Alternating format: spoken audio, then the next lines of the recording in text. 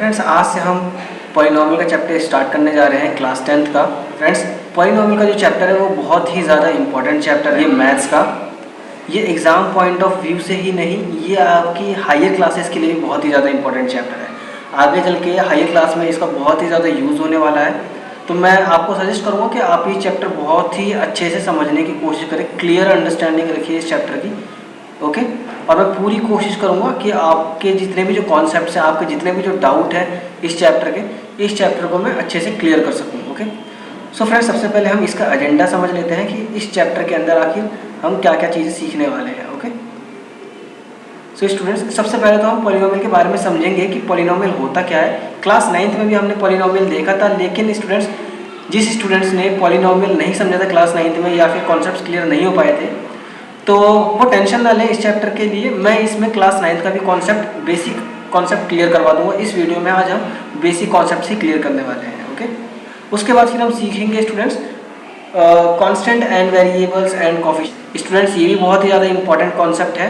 Okay, and zeros of equations, zeros of polynomial कैसे निकालते हैं। कई बच्चों को नहीं पता होता कि जीरोज ऑफ पॉलिनोमियल होता क्या है और कैसे निकालते हैं।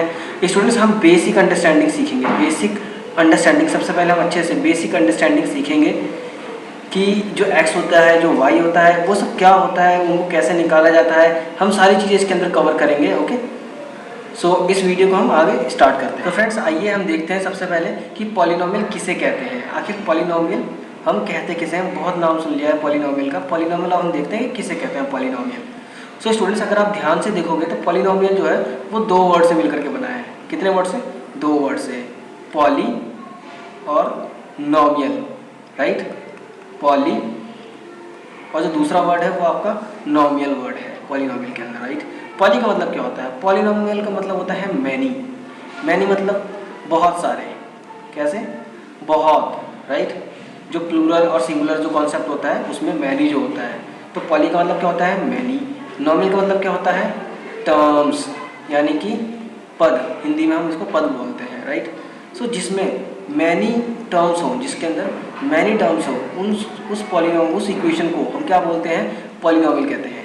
ऐसी जितनी भी इक्वेशन है, ऐसी इक्वेशंस जिसके अंदर बहुत सारी टर्म हो, जिसके अंदर बहुत सारी टर्म हो। बहुत सारी का मतलब ये हुआ यहाँ पे कि एक भी हो सकती है और एक से ज़्यादा भी हो सकती है। ओके, एक भी हो सकती है और एक से ज़्यादा भी हो सकती है। जिसके अंदर बहुत सारी टर्म्स अवेलेबल हो उसको हम क्या बोलते हैं? पॉलिनोमियल कहते हैं। उसको हम स्टूडेंट्स क्या कहते हैं? पॉलिनोमियल कहते हैं। ओके, आगे चल के हम ये देखेंगे कि पॉलिनोमियल हम किसे कहते हैं। पॉलिनोमियल हमने ये बेसिक अंडरस्टैंडिंग तो समझ ली कि जिसके अंदर बहुत सारे टर्म्स होते हैं उसको हम पॉलिनोमियल कहते हैं। लेकिन पॉलिनोमियल की कुछ कंडीशंस भी होती है। किसी इक्वेशन को पॉलिनोमियल होने के लिए कुछ कंडीशंस भी होती है। हम उन कंडीशन को भी आगे चल के समझने वाले हैं। सो आइए फ्रेंड्स हम देखते हैं एग्जाम्पल्स ऑफ पॉलिनोमियल्स कि पॉलिनोमियल कैसे होते हैं। सो स्टूडेंट अगर मैं आपको पहला एग्जाम्पल दूँ तो x² + 2x + 5 ये एक पॉलिनोमियल है। ओके, नेक्स्ट एग्जाम्पल दूँ 2/3 x² + 5x + 9, राइट। ये भी एक पॉलिनोमियल है। नंबर थर्ड अगर मैं आपको एक और एग्जाम्पल दूँ तो √2x² + 2x + 3 ये भी एक पॉलिनोमियल है। स्टूडेंट्स इसमें घबराने की जरूरत नहीं है कि ये x क्या है, ये 5 क्या है, ये सारी चीज़ें क्या हैं। अगर आपको नहीं पता है 9th क्लास के कॉन्सेप्ट से तो मैं आपको अभी आगे चल करके समझाऊंगा इसमें। ये बस अभी हम एग्जाम्पल देख रहे हैं, आगे चल के हम समझेंगे कि ये x क्या है, ओके, और ये 5 क्या है। ये बस अभी एग्जाम्पल है। फिलहाल के लिए आप अभी इतना नोट कीजिए। आगे चल करके हम देखते हैं एक नया कॉन्सेप्ट आएगा जिसको हम बोलते हैं constant, variable and coefficients. Okay, so आगे चल करके हम इसको देखते हैं अभी, जब तक आप नोट कीजिए। सो फ्रेंड्स आइए देखते हैं कांस्टेंट, वेरिएबल्स एंड कोफिशिएंट का कॉन्सेप्ट। ओके, सो फ्रेंड्स जैसे कि मैं अगर यहाँ पे एक एग्जांपल दूँ आपको, ये एक पॉलिनोमियल है। ओके, इसके अंदर कितनी टर्म्स है स्टूडेंट्स? इसके अंदर 3 टर्म है। कितनी टर्म है? 3 टर्म है इसके अंदर। टर्म हम किसे कहते हैं? टर्म हम उसे कहते हैं जो प्लस या माइनस के साइन से सेपरेट किए जा सके। टर्म्स हम किसे कहते हैं? टर्म्स किसे कहते हैं स्टूडेंट्स? हम उन्हें कहते हैं जो प्लस या फिर माइनस के साइन से सेपरेट किए जा सके। ओके, सो जैसे कि 5x² और 2x के बीच में कौन सा साइन है? प्लस का साइन है, तो ये दोनों टर्म है। 9 और 2x के बीच में कौन सा साइन है?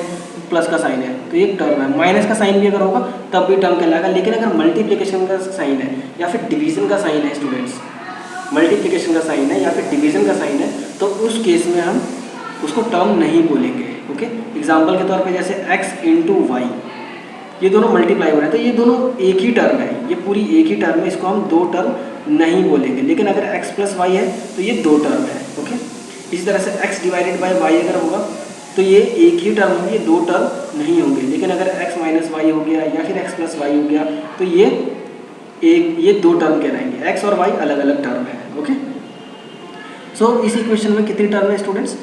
3 टर्म है। 5x² एक टर्म है प्लस 2x प्लस 9। ओके, ये जो आपको x शो हो रहा है, ये जो x है, ये जो x आपको जो शो हो रहा है, इसे हम बोलते हैं स्टूडेंट्स वेरिएबल। इसको हम क्या बोलते हैं? वेरिएबल बोलते हैं। ओके, ये जो x है ये वेरिएबल होता है। ओके, ये जो 9 है इसे हम बोलते हैं कांस्टेंट, जिसके साथ x नहीं है, जिसके साथ x नहीं है वो क्या है? वो कांस्टेंट है, इसको हम कांस्टेंट बोलते हैं। ओके, x² के साथ जो नंबर है, x² के साथ जो नंबर है इसको हम बोलते हैं कोफिशिएंट। ओके, इसको हम क्या बोलते हैं? कोफिशिएंट। कोफिशिएंट ऑफ किसका? x² के साथ है ना ये, तो कोफिशिएंट ऑफ x²। ये 5 जो नंबर है, 5 नंबर किसका कोफिशिएंट है? ये x² का कोफिशिएंट है। इसी तरह से सिमिलरली जो 2 है, जो 2 है, 2 किसका कोफिशिएंट है? वो x का कोफिशिएंट है, coefficient of x। Okay, so friends, जैसा कि आप देख पा रहे हैं यहाँ पे मैंने एक एग्जाम्पल लिया है। आपको इसमें ये बताना है कि कांस्टेंट क्या है, x का कोफिशिएंट क्या है, x² का कोफिशिएंट क्या है और कितनी टर्म्स है इसके अंदर। ऑलराइट, तो आपको इसमें ये बताना है। ओके, सो स्टार्ट करते हैं। पहले आप वीडियो को पॉज कीजिए, आप खुद सोचिए, उसके बाद फिर इसका सॉल्यूशन चेक कीजिए। ठीक है, तो स्टूडेंट सबसे पहले हम चेक करते हैं टर्म्स कितनी है इसके अंदर। इसके अंदर टर्म्स कितनी है? कितनी टर्म्स है स्टूडेंट्स? देखिए, ये एक टर्म है, ये दूसरी टर्म है और ये तीसरी टर्म है। ओके, क्योंकि प्लस का साइन इनके बीच में आ रहा है, मल्टीप्लिकेशन या फिर डिवीजन का साइन आएगा तो फिर वो अलग अलग टर्म नहीं होगी, वो एक ही टर्म होगी। तो कितनी टर्म है इसके अंदर? ये एक टर्म, ये दूसरी टर्म और ये तीसरी टर्म, तो टोटल टर्म कितनी होगी? 3 टर्म। ओके, दूसरी चीज़ कांस्टेंट क्या है इसके अंदर स्टूडेंट्स? कांस्टेंट क्या है? कांस्टेंट किसे हम बोलेंगे? कांस्टेंट है हमारा वो नंबर जो x के साथ नहीं है, जिसके साथ x नहीं है, कोई भी वेरिएबल इसके साथ नहीं है। ये जो x है इनको हम वेरिएबल बोलते हैं। राइट, तो इसके साथ कोई भी वेरिएबल नहीं है, ये कांस्टेंट। कांस्टेंट क्या हो गया? 3 हो गया। ओके, 3। हमें बताना है x का कोफिशिएंट क्या है स्टूडेंट्स। x का कोफिशिएंट क्या है? x के साथ x का कोफिशिएंट क्या होगा? x के साथ x का जो कोफिशिएंट होगा वो x के साथ जो नंबर है, x के साथ जो नंबर है वही x का कोफिशिएंट होगा। तो x के साथ नंबर कौन सा है? √2 है। Okay, so coefficient of x is equal to √2। Number 4, x² का कोफिशिएंट क्या है? x² का कोफिशिएंट क्या है? आपको x² का कोफिशिएंट बताना है। सो x² का कोफिशिएंट क्या होगा? x² का कोफिशिएंट वो नंबर होगा जो इसके साथ है। इसके साथ कौन सा नंबर है? ये जो 5 है। राइट, ये जो 5 है x² के साथ है, तो x² का जो कोफिशिएंट होगा वो क्या होगा? 5 होगा। स्टूडेंट्स, आई होप आपको ये चीज़ समझ में आया होगा, आपको इसका कॉन्सेप्ट समझ में आ गया होगा कि कोफिशिएंट हम किसे कहते हैं, कोफिशिएंट हम किसे कहते हैं। राइट, कांस्टेंट किसे कहते हैं, वेरिएबल्स किसे कहते हैं। राइट, और आपको टर्म्स निकालने आ गए होंगे अब तक।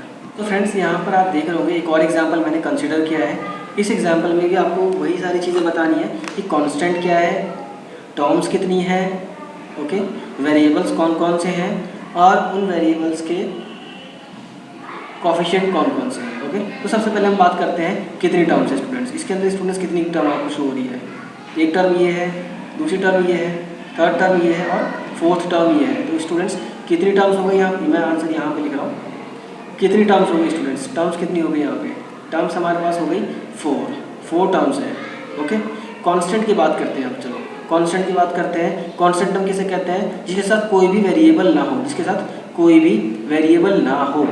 सो इसके ऐसा कौन सा नंबर है इसके साथ कोई भी वेरिएबल नहीं है? x एक वेरिएबल है, y एक वेरिएबल है, x ये भी एक वेरिएबल है, 5 के साथ कोई भी नंबर कोई भी वेरिएबल नहीं है, तो कांस्टेंट क्या होगा, कांस्टेंट क्या होगा स्टूडेंट्स, 5 कांस्टेंट होगा। ओके, अच्छा वेरिएबल्स कौन कौन से हैं इसके अंदर, वेरिएबल्स कौन कौन से हैं, वेरिएबल्स कौन कौन से हैं, x और y हमारे इसके अंदर वेरिएबल है। एक्स क्यूब का कोफिशिएंट क्या होगा, एक्स क्यूब का कोफिशिएंट क्या होगा, coefficient of x cube, x cube का कोफिशिएंट क्या होगा, ये एक्स क्यूब है, एक्स क्यूब के साथ जो नंबर है, नंबर कौन सा है स्टूडेंट्स, ये वाला जो नंबर है, ये जो नंबर है √2/3, √2/3 जो है वो क्या है, वो हमारा एक्स क्यूब का कोफिशिएंट है। इसी तरह से अगर मैं बोलूँ कि वाई स्क्वायर का कोफिशिएंट बता दीजिए, वाई स्क्वायर का कोफिशिएंट बता दीजिए, वाई स्क्वायर के साथ कौन सा नंबर है, नंबर है 2, तो वाई स्क्वायर का जो कोफिशिएंट होगा वो 2। सो फ्रेंड्स एक्स स्क्वायर का कोफिशिएंट देखते हैं, एक्स स्क्वायर का कोफिशिएंट क्या होगा। सो एक्स स्क्वायर के साथ कौन सा नंबर है, एक्स स्क्वायर के साथ कौन सा नंबर है स्टूडेंट्स, यहाँ पे आपको कोई नंबर शो नहीं हो रहा है, राइट। सो स्टूडेंट्स हमेशा याद रखिएगा, अगर कभी भी कोई नंबर शो नहीं हो रहा है आपको किसी भी वेरिएबल के साथ, तो इसका मतलब ये है कि वहाँ पे 1 अवेलेबल है। वो क्या है स्टूडेंट्स, वहाँ पे 1 अवेलेबल है। ओके, सो इसका एक्स स्क्वायर का जो कोफिशिएंट हो जाएगा वो 1 हो जाएगा। सो हमेशा इस चीज़ को याद रखिएगा, अगर एक्स स्क्वायर के साथ अगर कोई भी नंबर नहीं है या फिर किसी भी वेरिएबल के साथ कोई भी नंबर अवेलेबल नहीं है तो उसके साथ 1 अवेलेबल है। इसी तरह से अगर मैं एक दूसरी इक्वेशन लिख दूँ, जैसे कि √2x² plus x plus y। Okay, so students अगर आप देखो तो एक्स स्क्वायर का कोफिशिएंट √2 हो जाएगा, एक्स का कोफिशिएंट क्या होगा, एक्स के साथ कोई भी नंबर नहीं तो 1 अवेलेबल है। ओके, सो 1 जो है एक्स का कोफिशिएंट है, y का कोफिशिएंट क्या हो जाएगा, y का कोफिशिएंट भी 1 हो जाएगा। ओके फ्रेंड्स, आइए देखते हैं हम कंडीशंस ऑफ पॉलिनोमियल कि जो पॉलिनोमियल है उसके होने की क्या कंडीशंस हैं। हमने ये चीज़ देखी कि पॉलिनोमियल के अंदर काफ़ी सारी टर्म्स होती है, वो टर्म्स एक या एक से ज़्यादा भी हो सकती है, लेकिन बेसिक कंडीशन क्या है पॉलिनोमियल के पीछे। Okay friends, so students polynomial जो है पॉलिनोमियल के होने की, किसी भी इक्वेशन की पॉलिनोमियल होने की 2 शर्तें हैं। कितनी शर्तें हैं, 2 शर्तें हैं। ओके, पहली जो शर्त है वो ये है स्टूडेंट्स कि उनके बीच में जो ऑपरेशन होना चाहिए, जो वेरिएबल्स हैं उनके बीच में जो ऑपरेशन होने चाहिए, ऑपरेशन जो होने चाहिए वो कैसे होने चाहिए, वो प्लस के हो, माइनस के हो या फिर मल्टीप्लिकेशन के हो। ऑपरेशन किसे कहते हैं स्टूडेंट्स, सिंपली प्लस माइनस और मल्टीप्लिकेशन। जैसे कि एग्जांपल के तौर पे x + 5 कौन सा ऑपरेशन हो रहा है, प्लस का ऑपरेशन हो रहा है, x × y कौन सा ऑपरेशन हो रहा है, मल्टीप्लिकेशन का y का ऑपरेशन हो रहा है, राइट। तो इन्हें हम ऑपरेशंस बोलते हैं। ओके, तो वेरिएबल्स जो हैं जैसे ये x और y जो वेरिएबल है, इनके बीच में कितने ऑपरेशंस हो सकते हैं, प्लस का हो सकता है, माइनस का हो सकता है, मल्टीप्लिकेशन का हो सकता है, लेकिन डिवीज़न नहीं होना चाहिए। ओके स्टूडेंट्स, फाइनल जो रिजल्ट होना चाहिए उसमें डिवीज़न नहीं आना चाहिए वेरिएबल्स के बीच में। अगर डिवीज़न आता है तो फिर वो इक्वेशन पॉलिनोमियल नहीं कहलाएगी। ओके, नेक्स्ट एग्जाम्पल देखते हैं, नेक्स्ट कंडीशन ये है कि जो वेरिएबल होते हैं उसकी जो पावर होती है, वेरिएबल को हम ऐसे शो करते हैं ना, x की पावर 2, मैंने इसको ऐसे ही शो करा है, जैसे वेरिएबल की पावर है, वेरिएबल की जो पावर है वो पावर हमारी पॉजिटिव होनी चाहिए। ओके, और होल नंबर होने चाहिए, पॉजिटिव होने चाहिए और होल नंबर होने चाहिए। कैसे, पॉजिटिव और होल नंबर होने चाहिए। ओके, इसका मतलब क्या है कि जो पावर है वो 0 हो सकती है, 1 हो सकती है, 2 हो सकती है, 3 हो सकती है। ओके, लेकिन -1, -2, -3 पावर नहीं हो सकती है। जैसे कि एग्जांपल के लिए दूं तो x² ये एक वेरिएबल हो सकता है, लेकिन x की पावर -2 ये वेरिएबल नहीं हो सकता है। इसी तरह से जो पावर है वो फ्रैक्शन में भी नहीं होना चाहिए, fraction in the sense division में नहीं होना चाहिए। जैसे x की पावर -2/3, x की पावर -2/3, x की पावर -2/3। तो पावर अगर फ्रैक्शन में है तो वो भी पॉलिनोमियल नहीं है, जैसे कि ये एक पॉलिनोमियल नहीं कहलाएगा। ओके, या फिर x की पावर 2/3 अगर हो गया तो भी ये पॉलिनोमियल नहीं कहलाएगा ये फ्रेंड्स। ओके फ्रेंड्स, इससे पहले कि हम आगे क्वेश्चन करें कंडीशंस ऑफ पॉलिनोमियल के ऊपर, एक छोटा सा कॉन्सेप्ट है, वो कॉन्सेप्ट समझना ज़रूरी है। अगर वो कॉन्सेप्ट नहीं समझेंगे तो आगे चल के हमें दिक्कत हो सकती है। तो कॉन्सेप्ट क्या है? कॉन्सेप्ट है एक्सपोनेंट का। एक्सपोनेंट का कॉन्सेप्ट समझना थोड़ा ज़रूरी है हमारे लिए यहाँ पे। ओके, अगर नहीं समझेंगे तो दिक्कत हो जाएगी। हमेशा याद रखिएगा, इसको हम बोलते हैं स्क्वायर रूट। ये जो आपको जो बॉर्डर जो नज़र आ रहा है, इसको हम स्क्वायर रूट बोलते हैं। इसका मतलब क्या होता है? इसका मतलब ये होता है कि अंदर जो वैल्यू है ना, अंदर जो वैल्यू है, उस वैल्यू की जो पावर है वो 1/2 है। जो पावर है वो 1/2 है। इसी तरह से अगर मैं इस तरह से लिखूँ, इसका मतलब ये है कि अंदर जो वैल्यू है उसकी पावर 1/3 है, और इसको हम क्या बोलते हैं? Cube root. इसको हम क्या बोलते हैं? क्यूब रूट बोलते हैं। इसी तरह से अगर मैं 4 यहाँ पे लिख दूँ, यहाँ पे अगर मैं 4 लिख दूँ और अंदर जो वैल्यू होगी, इसका मतलब ये होगा कि इसकी जो पावर है वो 1/4 है कहलाएगी। फ्रेंड्स, यहाँ पे एक छोटा सा आप मिसकॉन्सेप्ट कर सकते हैं, जैसे कि मैंने कहा 3√2 एग्जाम्पल के लिए। ओके, सो इट मीन्स कि 2 की पावर जो है वो 1/3 है, राइट। मैंने ये कहा, ये चीज़ और 3√2 ये चीज़, फ्रेंड्स ये दोनों चीज़ें अलग अलग है। इसमें इसका मतलब क्या है? 2 की पावर 1/3 है। इसमें इसका मतलब क्या है? अगर आप 3 को अगर आप इस वाले पोर्शन पर अगर नहीं लिखते हो, इस वाले पॉइंट पे अगर आप नहीं लिखते हो, इसका मतलब क्या है कि ये जो 3 है, 3 मल्टीप्लाई हो रखा है √2 के साथ। ओके, 3 जो है वो √2 के साथ मल्टीप्लीकेशन में है। सो ये दोनों जो चीज़ें वो अलग अलग हैं, आप इस चीज़ का ध्यान रखिएगा।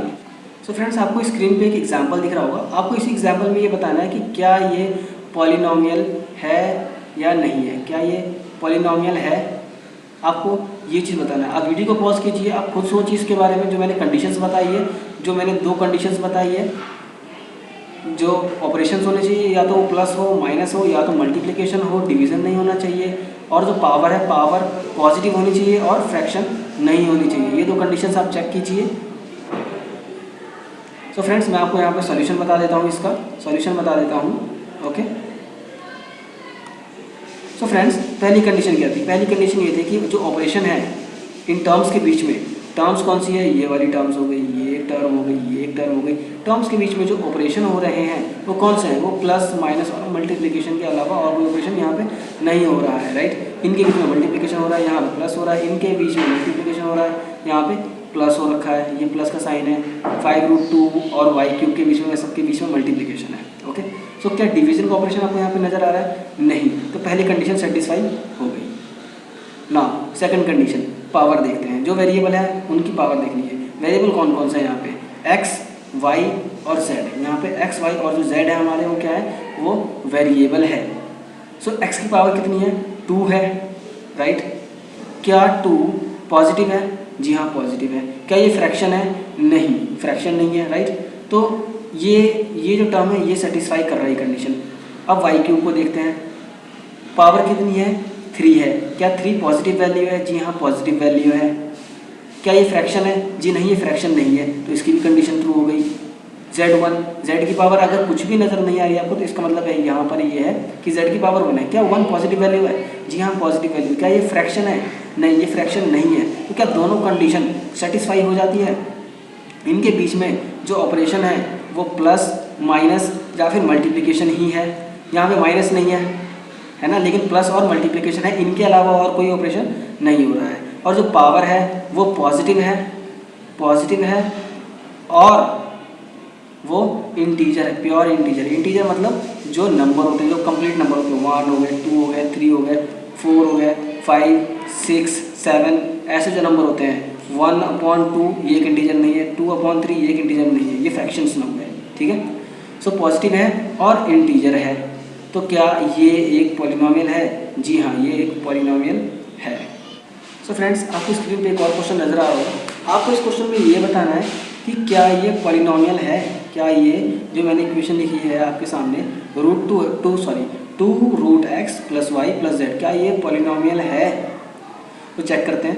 2 कंडीशन सब चेक करेंगे, राइट। 2 कंडीशन जो थी, पहली जो कंडीशन थी प्लस, माइनस और मल्टीप्लिकेशन। क्या इनके बीच में जो ऑपरेशन है वो प्लस, माइनस, मल्टीप्लिकेशन ही है?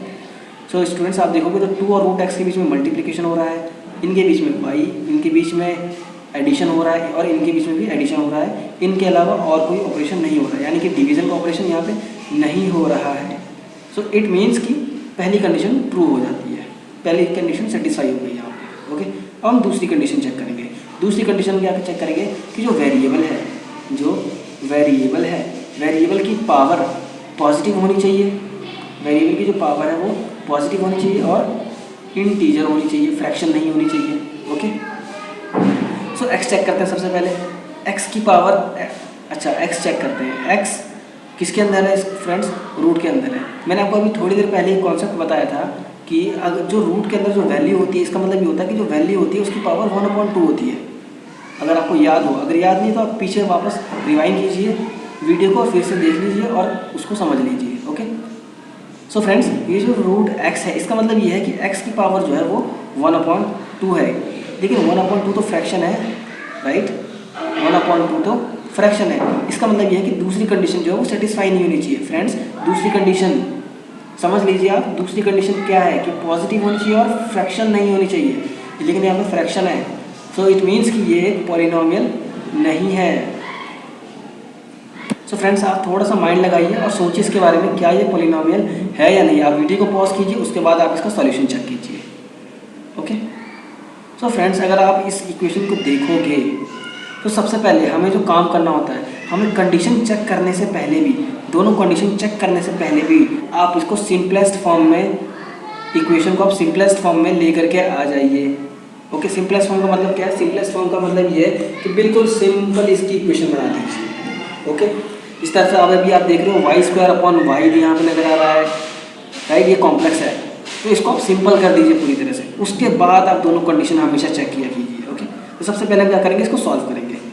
सो सॉल्व करने के लिए क्या करेंगे, -x² plus y² plus z, right? उसके बाद हम सॉल्व करेंगे -x² प्लस, अच्छा y² का मतलब क्या आपको पता है? y² का मतलब क्या हुआ? y² का मतलब ये होगा कि y जो है वो 2 बार मल्टीप्लाई हो रहा है, y 2 बार मल्टीप्लाई हो रहा है। ओके, इसी तरह से x² अगर मैं लिखूँ तो x जो है वो 2 बार मल्टीप्लाई हो रहा है। जो z² अगर मैं लिखूँ तो z भी कितनी बार मल्टीप्लाई हो रहा है? 2 बार मल्टीप्लाई हो रहा है। अच्छा, अब आप ये बताइए मुझे कि x की पावर 3 है तो x कितनी बार मल्टीप्लाई हो रहा है? जी 3 बार मल्टीप्लाई हो रहा है। y अगर 4 है, y की पावर अगर 4 है तो y कितनी बार मल्टीप्लाई हो रहा है? जी 4 बार मल्टीप्लाई हो रहा है। कितनी बार मल्टीप्लाई हो रहा है? 4 बार मल्टीप्लाई हो रहा है। तो y² जो कितनी बार मल्टीप्लाई हो रहा है? 2 बार मल्टीप्लाई हो रहा है। लिख दिया जी, डिवीजन का साइन है तो जी लगा दिया डिवीजन का साइन। नीचे क्या है? y है, उसके बाद कौन सा साइन है? प्लस का साइन है। इसके बाद क्या है? z है, राइट?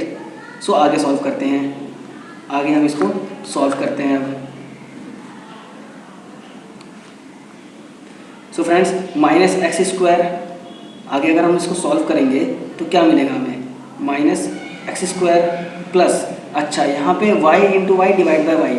सो इस y से क्या ये y कैंसिल हो सकता है?